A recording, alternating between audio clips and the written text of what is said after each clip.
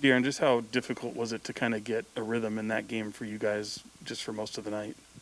Man, I think we came out slow. Obviously, we got a lot of games and not too many days, but I think more so is just we let them get comfortable. I think they scored like 13 in the first like 4 minutes of the game, so I definitely think it was attributed to the start.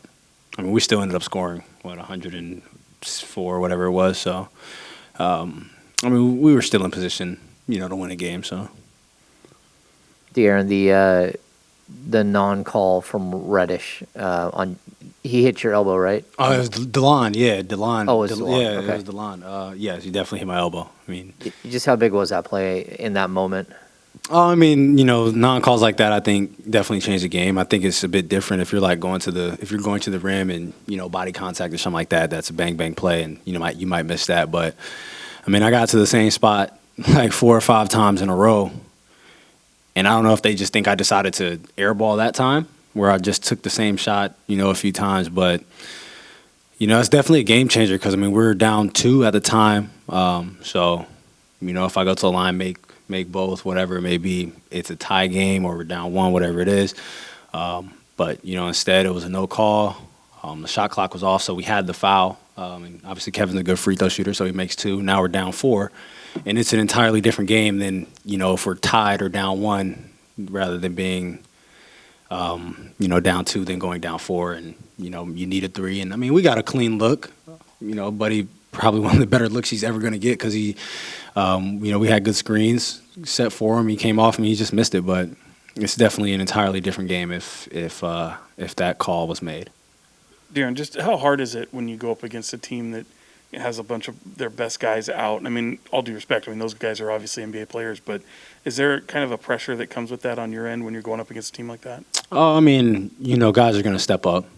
You see it happen night in and night out, especially this year with all the players, being out with COVID. So, I mean, you try to go in the game thinking the same way because there could be somebody that you don't even know, and they might have 20, 25, 30. So you just got to be prepared. I mean, people have their best nights when the best players are out.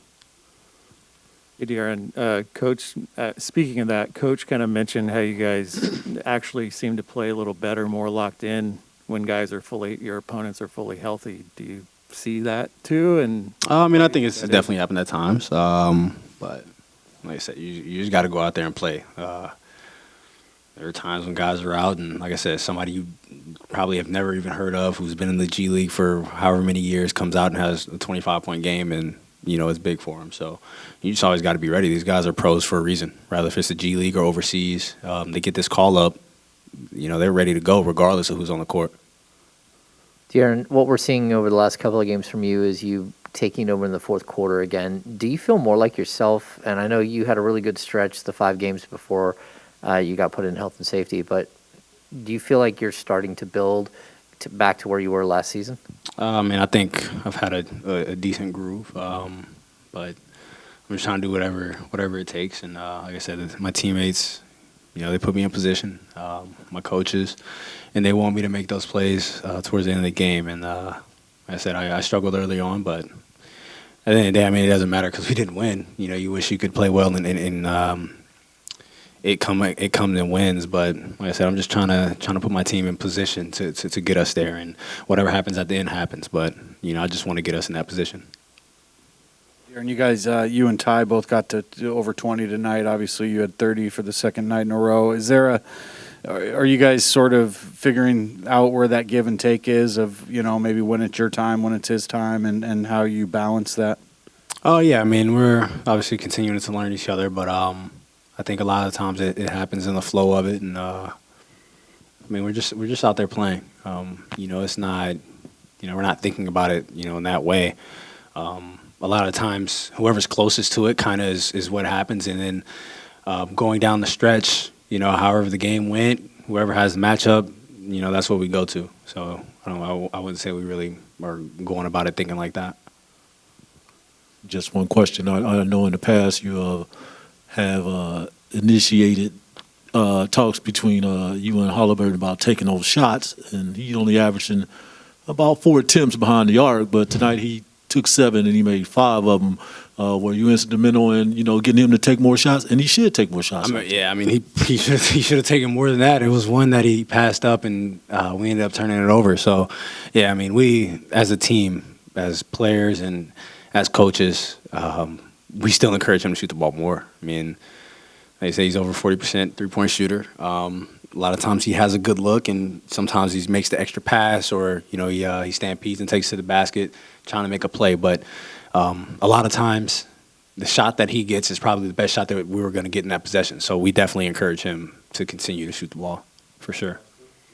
Hey, Darren, speaking of Tyrese, I mean, what is your assessment of him as a player in his second year and the growth that he's shown? I mean, we talked about it last year when it was the first game of the season, and he made big shots while we're in Denver in his first game. So, I mean, he plays the game like he's a vet, and he's continued to see the game, and it's definitely slowed down for him this year. But I think for the most part, we just want him to be aggressive. I mean, I think that was one of the big differences for me as I started to get older, continuing to be aggressive and knowing when to and when not to attack. But for him, we want him to stay in that attack mode, and I think it benefits everybody. He's going to score. He's going to get guys easy shots. Like I said, so it helps the entire team when he's able to stay in attack mode. Hello, Darren. Hope you're doing well. Despite the losses both last night and tonight against the Lakers and the Hawks, what are the things that you would like to keep as a team and maintain to the next games? And what was your message to your teammates after tonight's game? I mean, just for one, the fight that we had.